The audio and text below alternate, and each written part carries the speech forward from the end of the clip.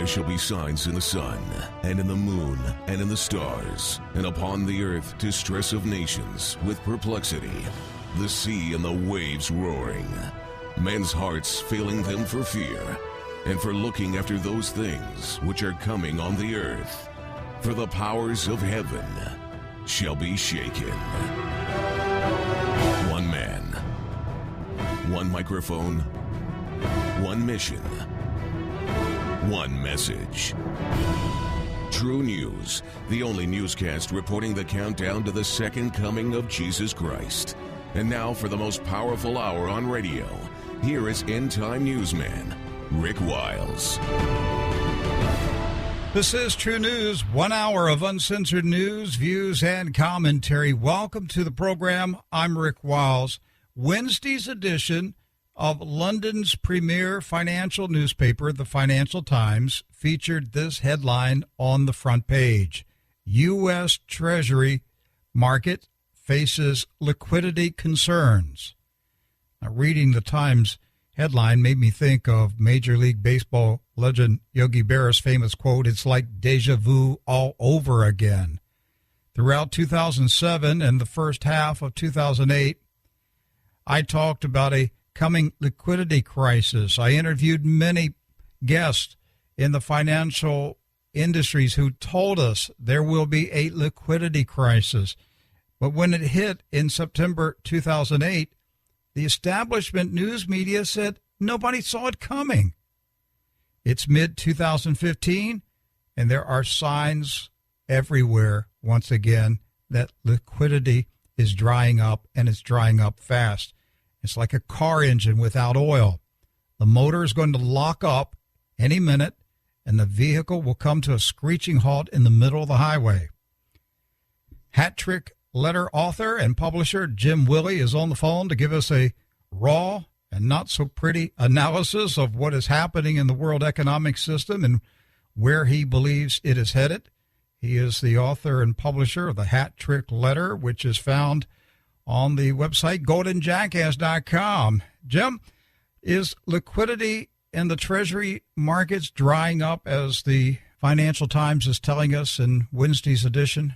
Yes, it's not as bad as the California drought, but we have a 60% decline in average daily bond volume in the U.S. Treasury bond market. 60% decline compared to 2 years ago. That is significant, and that is an end game signal. We've got all kinds of cracks showing in the ancillary windows, and not so much markets, if you will, but sub-markets and windows like the repo, the repurchase program window, the dollar swap window. You have negative rates across banks. You've got abuse of reverse repo, which means the Fed secretly shoves money into the system with no collateral using the repo window. In other words, hidden QE. You've got all kinds of indirect exchange, which is foreign countries dumping their treasuries in third-party trades, like China paying for pipelines for Gazprom in Russia and using treasury bonds. There are all kinds of signals now of fracture in the U.S. Treasury bond market. This is an end signal. We're out of the eighth inning. We're in the ninth inning now. I'm not saying the breakdown is going to happen tomorrow or 2 months from now, but we're in a position now where even the U.S. government is holding secret meetings with the big banks, big financial firms, Department of Treasury, major hedge funds, if not mutual funds, and they're giving dates of October or earlier where the U.S. is going to radically change. So they're giving warnings now. Something is brewing, and we're very close. We're just, I just think we're 3 months away from radical changes, and the Treasury market, I've been saying all along, the Treasury market is your breakdown center of attention, and now I'm starting to call it something more, Rick.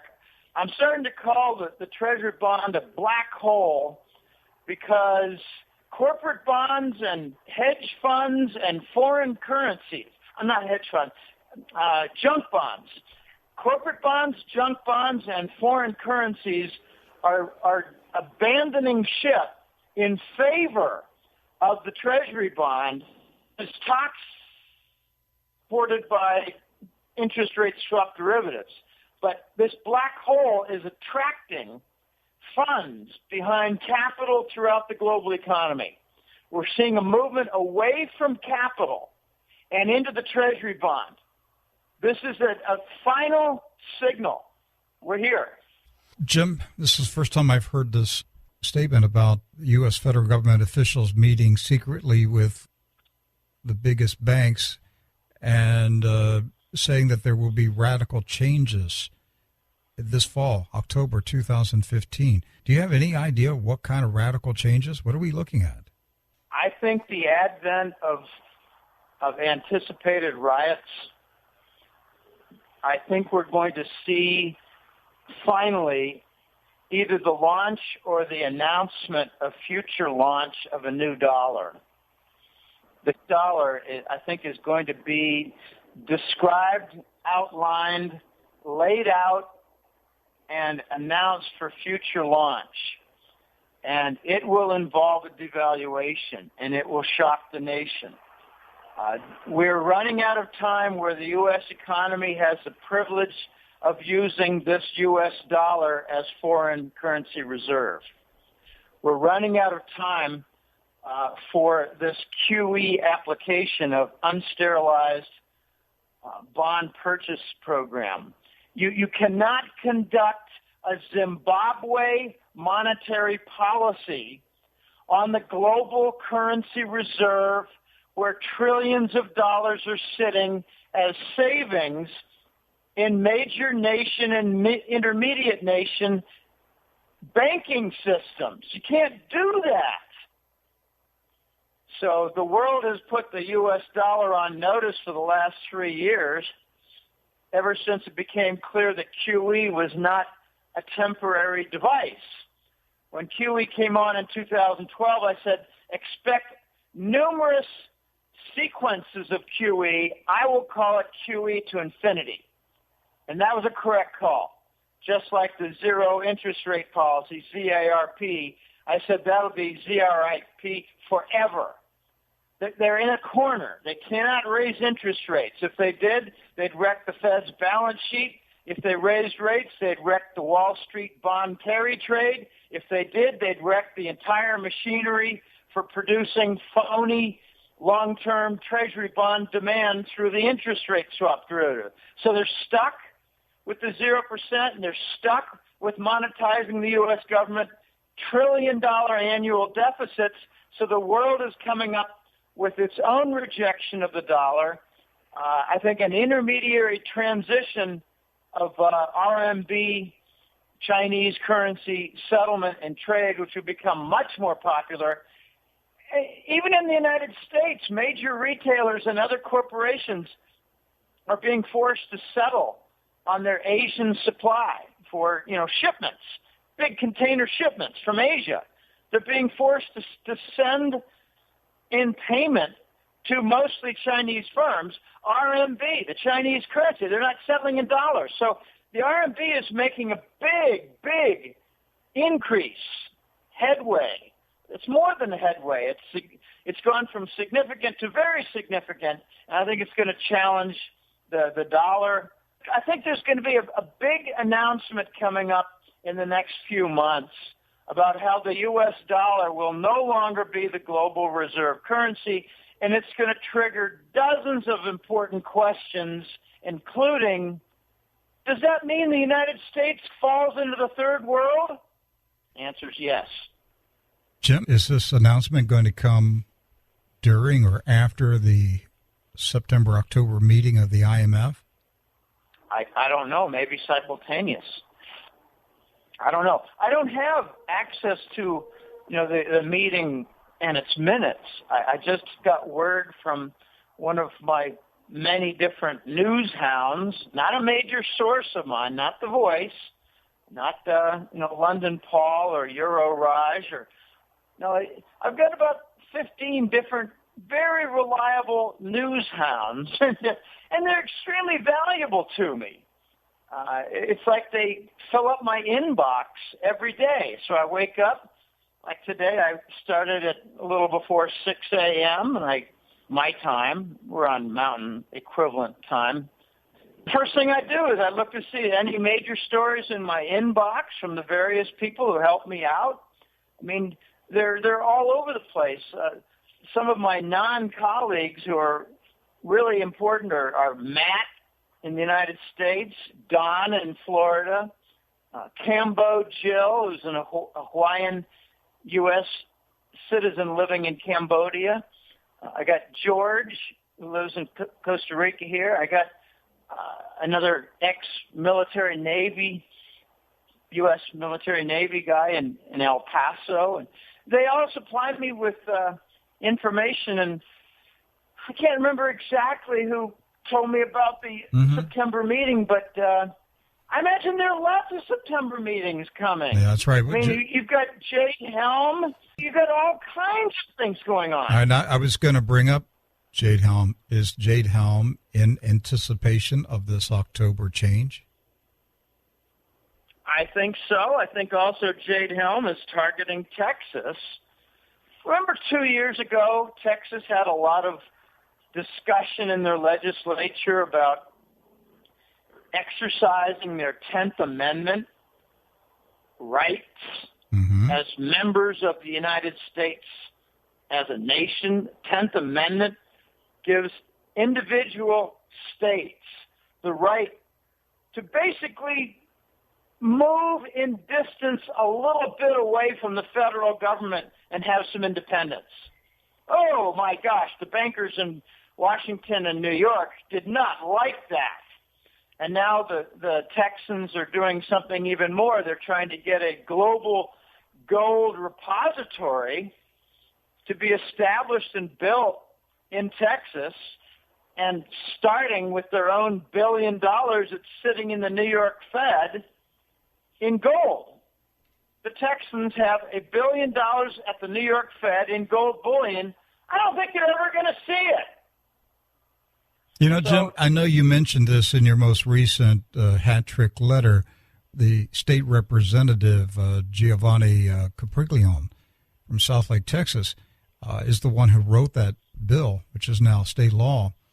You know, I brought him on the program to talk about the repatriation of Texas gold from New York to Texas. I did not expect him to tell us that this new law actually establishes a Texas gold bank that the public can participate in, that, you know, you and I could put gold in this Texas bank and write checks on it.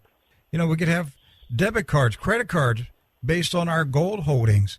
And the moment he told me that, I was like, this is the reason Jade Helm lists Texas as hostile territory. They're hostile to the Federal Reserve. I think they're trying to use thin cover that's hostile to the U.S. government because of illegal immigrants crossing the border and causing a lot of problems for, you know, state funds for supporting all the, you know, the safety nets, you know, like insurance and medical and all that stuff, education. But I think Texas is going to be understood and labeled and targeted as enemy to the federal system. Yes. And I don't know the details, and I give you credit for breaking this story about the global gold repository. This has enormous implications. It means money fleeing from Venezuela can come and reside in the Texas depository in the form of gold. It means that Canadians who don't like what's going on in their own government can move substantial amounts of money, convert to gold, and store it in Texas. They compared it, I believe, to a Singapore-type depository. This is revolt. I mean, I don't like using certain zip words, but this is very contrary to the entire concept of the U.S. federal government system that's being run by a banking criminal syndicate that's tied very closely with the military contractors and very closely with big pharma, the drugs and Monsanto, vaccines, and very closely with the news networks. So what we're seeing is, I think, a kind of a coming out exposure of the elements of the U.S. crime syndicate that's running the government.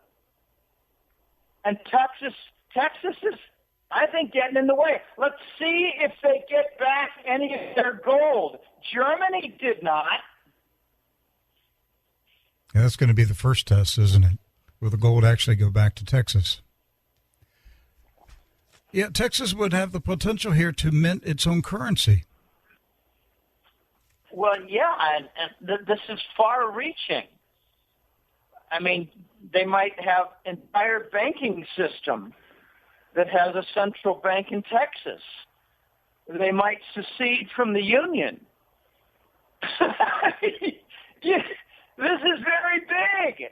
A monetary system could emerge from Texas with the Texas dollar, the Texas gold dollar, and watch it go up in value. But they better be careful for two things: a tax by the government, and if they ever do decide to have an independent banking system centered on a new currency, well, they're going to have trouble with exports because their currency is going to rise.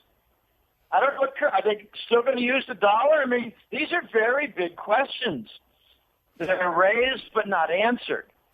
Hey, Jim, I want to turn your attention across the Atlantic. Days ago, this astounding revelation by the former Greek finance minister, what's his name, Varoufakis, whatever, he's Varoufakis. Right, he's hardcore Marxist, and he got booted out of the cabinet when the Prime Minister Tsipras, said, okay, we're going to knuckle down and, we're going to submit to Brussels and the ECB.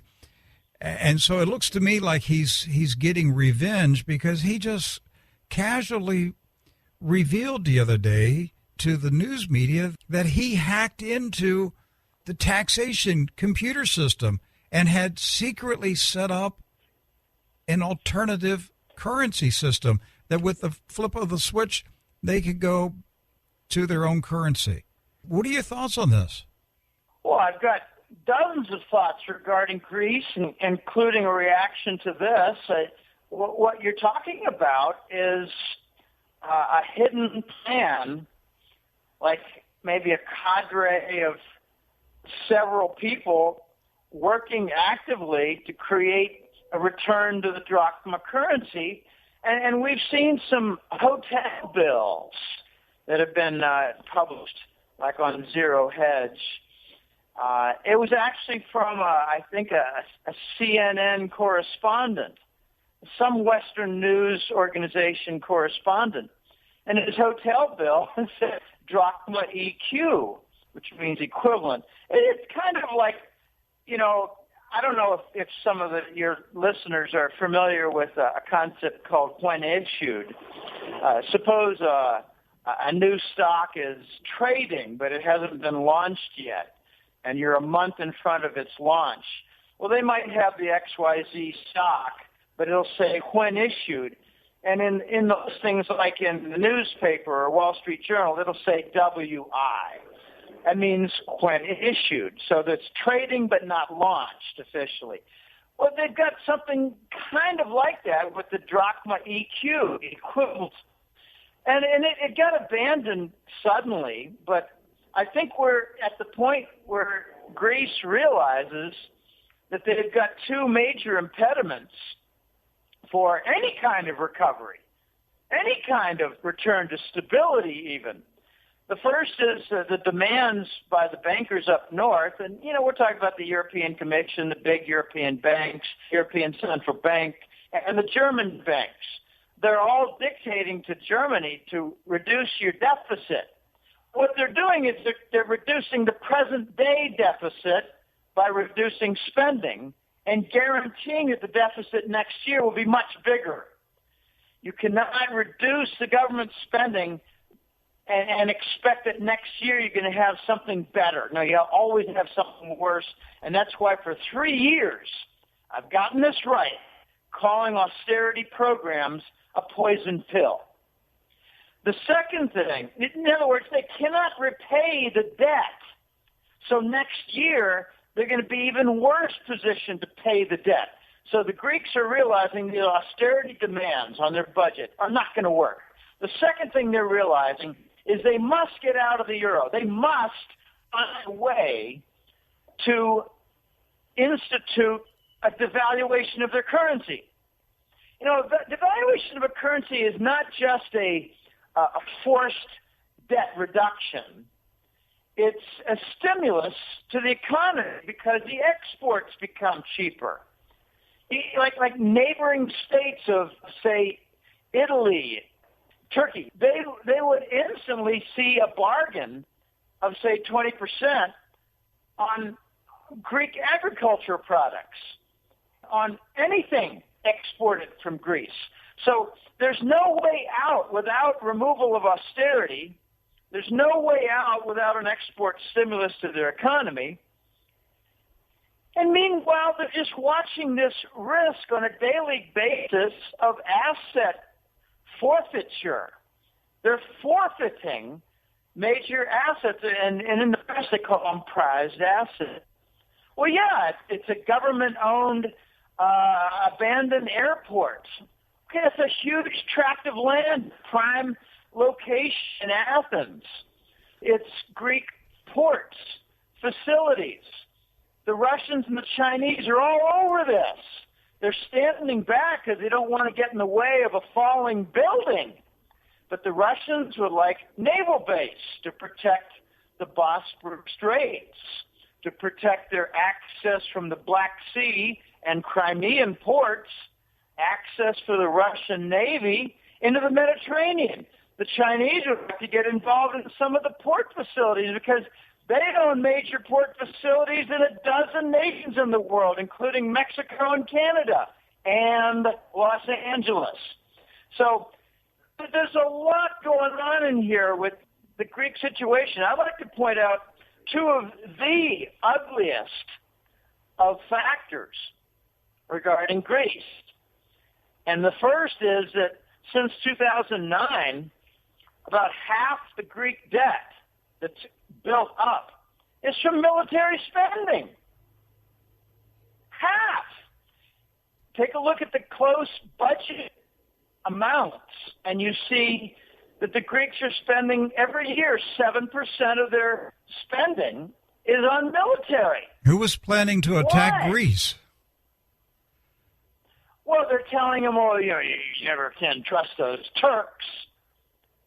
Well, yeah, right. Okay, well, it's more like you can't trust Western Europeans and the British and the Americans, because who are the beneficiaries of this military spending by Greece, which is half of their $320 billion debt? This is a little country with 11 million people. I mean, the United States is 30 times larger, but 7% of the military of the spending by the Greek budget is on military, whereas all the European nations are around 2%. So why is Greece spending 7%? Well, who are the beneficiaries? United States military contractors, British military contractors, French and German military contractors. So it's a revolving circle that the bankers in Europe are even telling, Rick, they're telling the Greek government, don't cut your military spending, cut your social spending, cut your pensions. The second sickening point is that by having this war in Ukraine and forcing sanctions against Russia, they've put the entire European Union on a quasi-state of war. And therefore, all the political leaders in Europe, in the member nations for the European Union, in effect, report to the NATO Supreme Commander. They're on a state of war. So the U.S.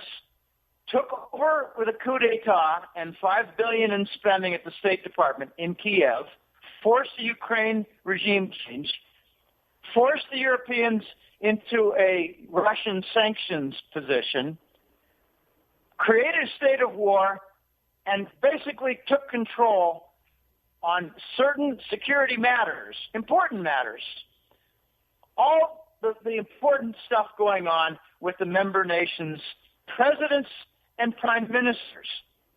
This is a U.S. coup d'etat of the European Union through NATO, which is no longer a security organization and is very well understood now to be a military arm. And don't forget that the gold in the Ukrainian central bank was also hauled out, placed on jetliners, right, taken out of the country. Tons. Right.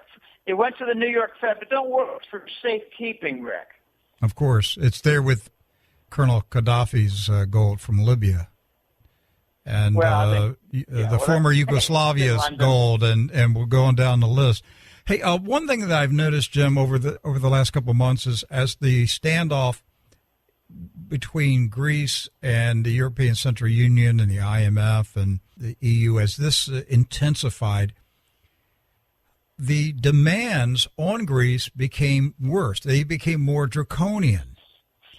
And it appeared to me somebody is deliberately trying to bankrupt Greece. Somebody's trying to force Greece out of the euro. Is there a hidden motive in this? I think it's becoming clear that Greece is kind of like a strategic extension of Ukraine. It's got a lot of pipelines either constructed or planned for Gazprom. It has military strategic importance for the Bosphorus Straits, just like the Black Sea does with the Crimean ports in Ukraine. Russia's got designs on it for, the access protection. They've made some offers. They've pulled them back, made to Greece regarding taking over certain areas for creating a naval base. And I think Greece is an extension of Ukraine. There's one thing I forgot, Rick, before we move on. There's something ugly about the 50 billion euro. There's a stipulation in there. The assets that will be seized and liquidated from Greece, the funds will go to a Luxembourg firm, and it's not very well hidden that Finance Minister Schäuble of Germany is on the board for that Luxembourg firm. So we've got another, not just military spending round circuits, completed circuits. We've got the German bankers and finance minister in their completed circuits. So Greece is very important. Are they trying to bankrupt Greece? Yeah, I think they're trying to gut Greece and take control of its major assets, and the best way to do that is with the austerity spending cuts, forcing them into a permanent recession, impoverishing the nation, and in doing so, what they're doing is they're making empty or, severe cutbacks in their cash ATM machines and in their supermarket food supplies and shelves. We've got vast shortages that are hitting Greece, and this is not easily reversed. They are on a desperate, I think, 6-month program now. If they don't get off the drachma, they're going to be wrecked as a nation. They're going to have the same kind of scorched earth that Ukraine does economically, but not militarily. I don't think Greece has even remotely the factories and industry that eastern Ukraine has on the Russian border. They have a lot of agricultural supplies coming out of Greece, and they used to be known as one of the major shipping industries of the world, Aristotle Onassis and all that. I think shipping's going to go under Chinese control. And I believe the Europeans are trying to work out a plan where Greece gets destroyed. So it's like a blockade for the Russian Navy. Don't let them get those naval ports and important protector zones. I mean, the Dardanelles. There are many different points there. They're in Turkey. But Greece has some important points for defense of the Bosphorus Straits, which have been important for 2,000 years.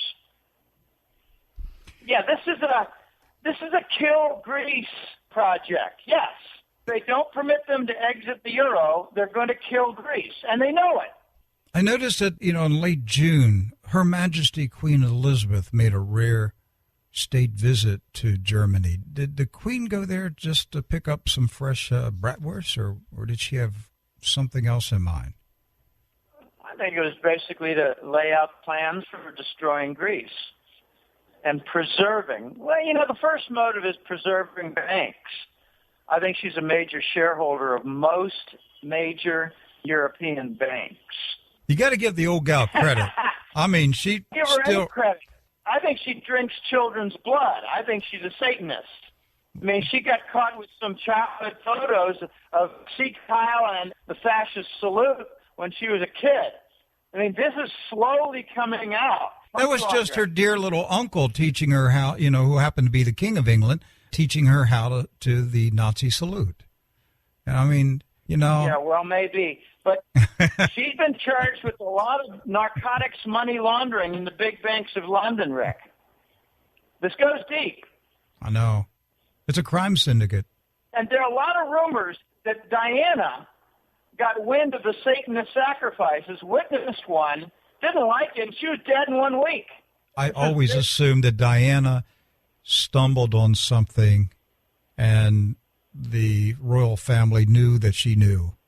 It's deeper than just stumbling up Satanist sacrifices. Yeah. I'm not making light of it. There are always accusations swirling around the royal family of Nazism, of pedophilia, of Freemasonry. We just go down the list of things. And it is certainly one of the most powerful institutions in the world. How much power does the Queen have? I don't know. Call her up. I think she'll respond if you call up 1-800-LUCIFER. All right. I'll tell her Jim Willie recommended she be a guest on True News. The Vatican sometimes picks up from 1-800-LUCIFER. J.P. Morgan boardroom sometimes picks up from 1-800-LUCIFER. But I think Buckingham Palace might answer that phone, too. All right, so the calls are transferred. That's good to hear. Jim, China made a recent statement about their gold reserves, and it was far less than what was anticipated. Did the Chinese fib? Well, let's start off with, does the U.S. government fib? I think we all agree. The answer is yes. Okay, then why should China tell the truth?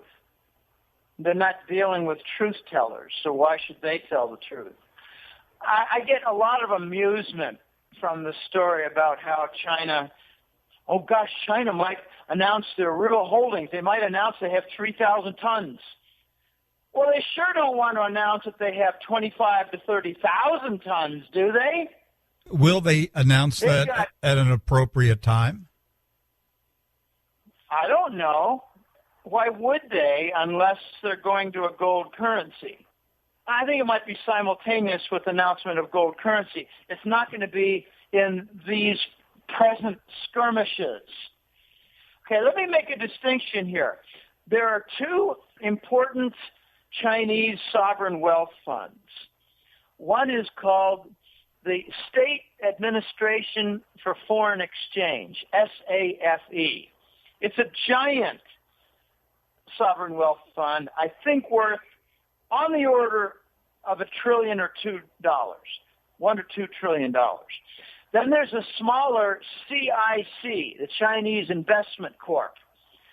So SAFE and CIC are two sovereign wealth funds, meaning that the central bank shoves reserves there and invests them intelligently. Do you think that $2 trillion might have a little bit of gold in it? Well, it's never counted because what they announce is their central bank gold reserve holdings. All right, let's flip back to the United States.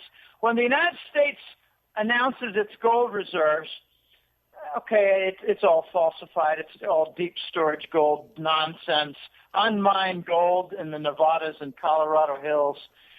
But if the U.S. government were to give an honest assessment of its gold reserves, would they count the Bush, Clinton, and Rockefeller family vaults?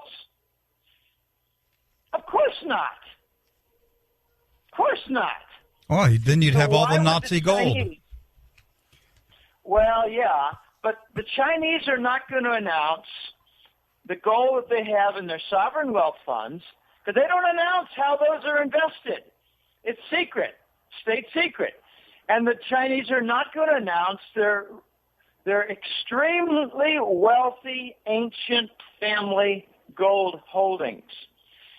Add up the People's Bank of China, the SAF, the CIC, and the wealthy Chinese families, like the White Dragons and other dragon families, and you get 25 to 30,000 tons of gold. So, you know, I take your information about, 3,000 tons or 900 tons or whatever official gold holdings for China.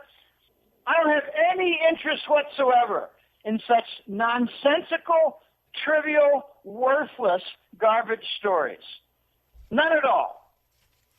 Will this gold-backed currency come public as soon as this anticipated change in the U.S. dollar this October? I think there are going to be a number of simultaneous events, as I mentioned, and I think yes.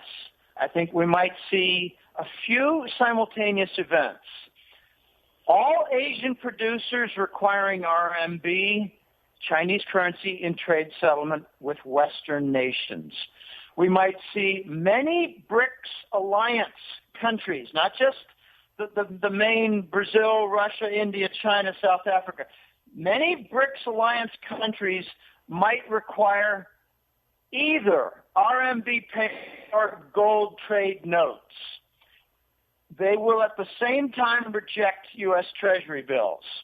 At the same time, the Saudis and Gulf Emirate nations, the oil producers, might announce that they will also accept Chinese RMB for oil payment. We also might see the OPEC nations announce that they will accept RMB for oil payments. That's a long list of maybes simultaneously, and the king of all in there is Russia and China might announce a BRICS gold-based currency, gold and silver. Let's not leave out silver. Silver is to be a monetary metal in the new system. I've been assured this because I believe my source is involved in the planning and implementation of this project. So he has high credibility. That's a long list of powerful simultaneous events, all of which upset the USS dollar, which I believe is a toxic, leaking, derelict ship at sea. Is the global reset of the world economy, the world system, is it actually in motion right now? I don't think so. I think the implementation of the pieces is. A lot of people are anticipating a single event. Or is this going to be a series of events over a period of time? I think it's going to be a series of events because each one is going to be so difficult to implement. I named a lot. RMB acceptance for oil producers, RMB acceptance requirement, by Asian producers. We're talking about emerging market nations saying we don't want the Treasury bill. These are all very important and powerful events. And I think we're going to see let's just call them 5 events. All architects for the 5 events are skittish now. They're worried. Are we going to be sanctioned? Are we going to be blocked on SWIFT transactions for our banks? Are we going to see interference and hacking in our financial markets by Langley, namely the U.S. government security agencies? Are we going to see terrorist events like, say, what happened in Madrid for their train station? These are the kind of things that the United States does in order to defend the dollar and prevent stragglers and defectors. So I don't know that it's going to be one major event with a lot of pieces. I think it's going to be a sequence that might be laid out. One of them is going to take the bold step and say, let's take, for instance, all emerging market nations plus BRICS alliances are going to say, we prefer RMB settlement for our trade. We don't want the treasury bills anymore. We don't want the dollar. We don't want them. And the rest of those 5 steps and their architects are going to announce, we're right behind you. We're going to make our own announcements soon. I think it's going to be a sequence that's given away and understood. That's what I think the reset's going to be. A lot of nonsense and discussion about, the very minor currencies are going to have their rebirth. Now there's talk about the Iraq dinar and the Vietnam dong. I care about how's the pound sterling, euro, and the dollar and yen going to be repriced versus gold. I don't concern myself with the bottom end. I concern myself with the top, gold. I think if we get this reset as an incredibly onerous misnomer, which means false name. They're talking about revaluing the currencies among themselves. What they don't want to say is the major paper currencies, will all be cut in half in value relative to gold. What they don't want to say is the reset is a return to the gold standard where gold's going to double in price overnight. They don't want to say that, Rick. Talk about an adjustment relative to the currencies. Well, yeah, relative to gold. In other words, gold goes up twice, and the paper currencies, the toilet paper with fancy ink and really unique filaments on them, they get cut in value by 1/2. That's what I think the reset's going to be. And it's going to be kind of simultaneously with all these 5 major events involving RMB for trade, involving the gold trade notes, involving oil producers taking non-dollar payments. Remember, Iraq and Iran have been attacked for non-dollar payments in their oil and gas industries. These nations don't want that. Iran is now being brought back into the family. One of their banks just joined the SWIFT banking system. Not all their banks. It was one bank. Mm-hmm. And I think I agree with your point in heart. The Iran banks are going to get into the SWIFT circle, but right now it's one, and I think soon the rest will come. This is very complex international chess. And unfortunately, have you ever played chess with somebody where the other guy has a gun at your head? It's not easy to play. I like Vladimir Putin's description of Barack Obama as a chess player. And I'm not certain the quote was authentic, but if it isn't, Putin should have said it. It's very funny. I'll leave it off the radio. People just have to Google it and find it themselves. You know, the mainstream news media, you know, these guys are the court jesters. They're the clowns of the New World Order. That's all they are. They're just the clowns. And they keep the public, their attention diverted. I just noticed this was in Bloomberg News just a day ago. Here are 2 quotes from Bloomberg News. This one's from Robin Barr, analyst at Societe Generale, London. Quote, gold is out of fashion like flared trousers. No one wants it, end of quote. And then Brian Barish, who oversees $12.5 billion of investments at a Denver-based corporation, said, quote, gold is a weird relic of antiquity. I just laugh at when I read this stuff. Jim, they're telling the public nobody wants this stuff. It's like having a closet full of flared trousers. You don't want gold. They speak somewhat the truth, though. 70% of the Western world doesn't want gold. Why would my father, who went through the Depression as a teenager, not want gold right now? He saw the damage from faulty financial systems. He saw the bread lines. Why wouldn't a man in his 80s and 90s want gold? Because they're falsely taught. Why would my brother, a Phi Beta Kappa, bachelor's degree holder in economics, not have any gold? Because he's falsely taught in the university. Now, I put on my bio, Rick, that I am unencumbered by the limitations of economics credentials. Now, that's a mouthful. Unencumbered. I don't have the disadvantage. From the limitations, from being held back by economic credentials, from having too many economics courses in my program at the university. I had 3 courses. Thank God I stopped. I'm self-taught with Barron's, with Wall Street Journal, and with other, like Business Week.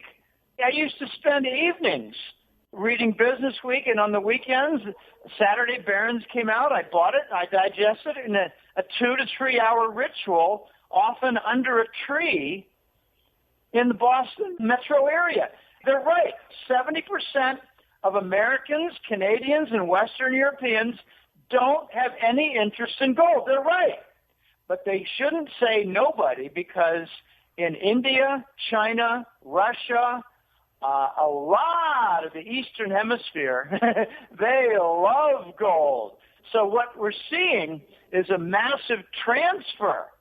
I'd like to just point out here the backlash of U.S. government policies. We had the Iran sanctions. How'd that work out?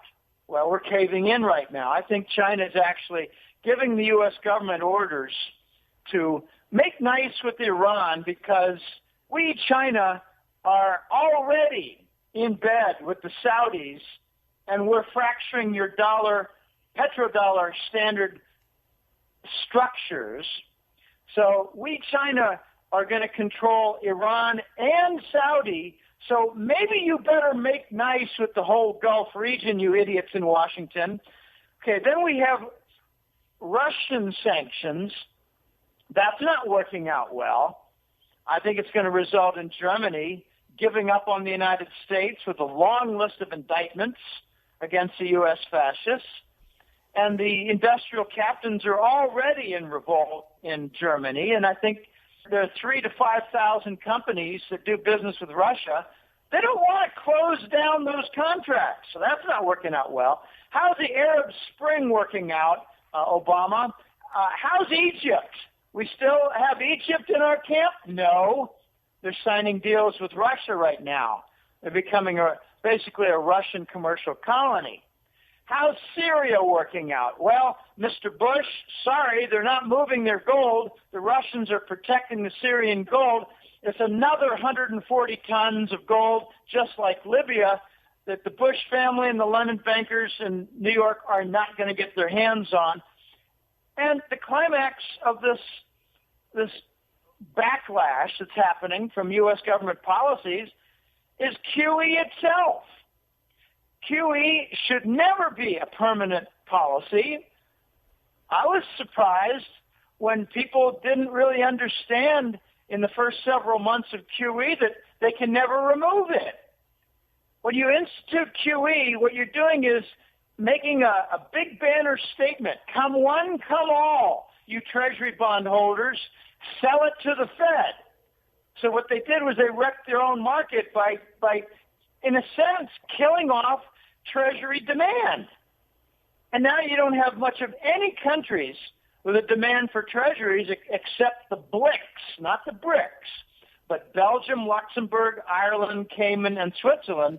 The BRICS, led by Belgium, have bought $820 billion worth of treasury bonds since the summer of 2012, equal to the Fed's volume. So you have all these different backfires. The QE backfire is declaration of the gold standard by way of the trade windows. In other words, gold trade notes use as letters of credit. QE is forcing the global dollar rejection. That's the backlash. And the dollar rejection will be in the form of embracing the gold trade standard, which will result in nations of the world deciding our treasury bonds are now toxic, bring up our banking reserve system. Our foundation for banking is now toxic. We must convert our treasury bonds to gold and watch the Saudis lead in this parade along with the Russians and Chinese.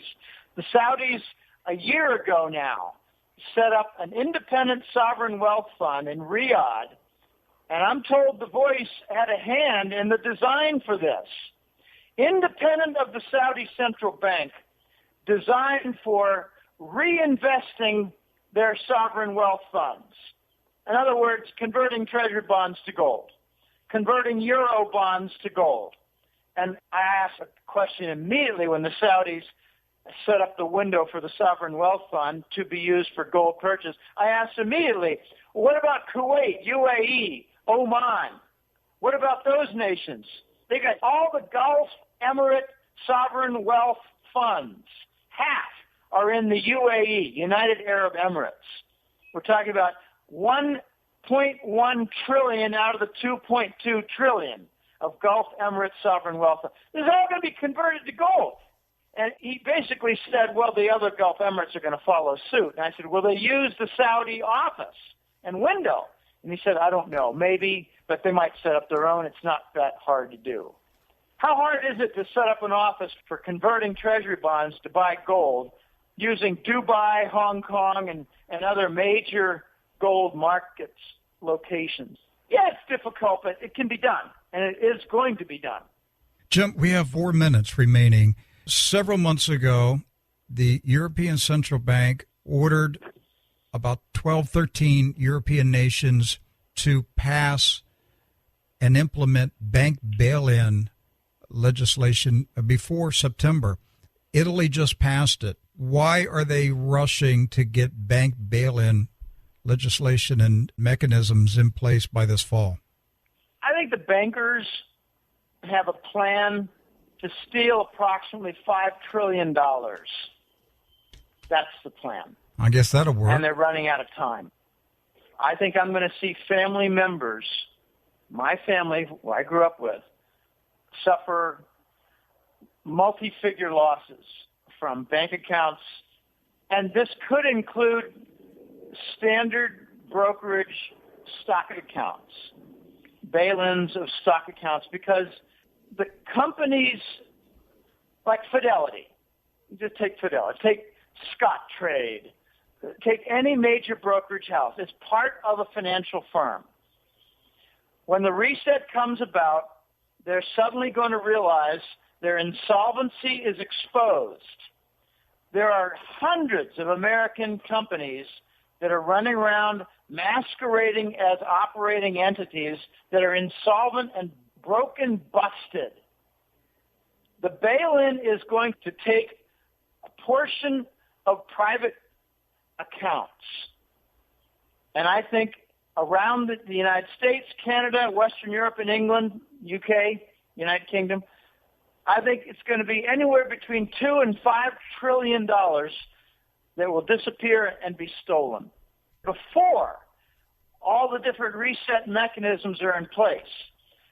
So between the time of the bail-ins and the actual reset mechanism changes, that stolen money will be in motion to go into the banker elite accounts. Will they get away with it? I don't know. How do you define justice? I don't know. Rick, these are very difficult questions. I've been told that a significant portion of banker elite players have signed, it's kind of a pact, a contract with the Asian families that are leading this movement It's a movement with an accord to end predation, predatory action, the wars, and the bond frauds, and to just stop all the harsh, negative plundering. The remaining parties are the elders to the Bush, Clinton, Rockefeller families, and Wall Street elite. It's the elite that are not cooperating. David Rockefeller, age 100 now, he's not cooperating, but many of his underlings are. He's got infighting going on with some of his younger brothers. He's got infighting with various sons. I believe that most of the elite members have signed this accord. This is basically an accord not just to end the plundering, but to end the, what I call almost like Satanist projects, like downing that Malaysian airline in order to get that super chip by Rothschild. It was the world's best chip for preventing hacking. Now it's in the Rothschild's hands because he bought the company worth $11 billion. I wonder if he declared that the sale price would be $11 billion in order to cap the price and prevent a bidding war. Now, this is all very evil stuff. And I'm curious, when will we see as evidence of a conversion of the elites and their major captains and henchmen? When will we see evidence with a cessation, stopping of chemtrails and the Monsanto GMO foods? And while we're at it, the contamination of the water table systems from Halliburton fracking. So with chemtrails for the air, GMO Monsantos for the food, Halliburton for the water, we're really getting contamination of the Earth's major systems. And Jim, don't forget abortionists using tweezers to pick through the flesh of aborted babies to find the organs they can sell. This system is so evil and so wicked, it's beyond our comprehension. But it sounds like what you're saying is that the global street gangs are proposing a truce. Let's stop the wars. Let's stop the assassinations. Let's just call a truce here and let things calm down. Hey, we're out of time. My guest, Jim Willie, he's the author, publisher of the Hat Trick Letter, and it's found at goldenjackass.com. As always, Jim, it's always an eye-opener to have you on the program. Thank you for giving us an hour. Well, it's a pleasure to be on, Rick, and I wish you well. And I invite people to go to the Golden Jackass website and check out the free material and sign up for the Hat Trick Letter. I don't think you'll be disappointed. Well, we heard a lot in this program about what wicked men are doing in the world, but what does God say? Psalm 1, Blessed is the man who walks not in the counsel of the wicked, nor stands in the way of sinners, nor sits in the seat of scoffers. But his delight is in the law of the Lord, and on his law he meditates day and night. He is like a tree planted by streams of water, that yields its fruit in its season, and its leaf does not wither. In all that he does he prospers. The wicked are not so, but are like chaff that the wind drives away. Therefore the wicked will not stand in the judgment, nor sinners in the congregation of the righteous. For the Lord knows the way of the righteous, but the way of the wicked will perish.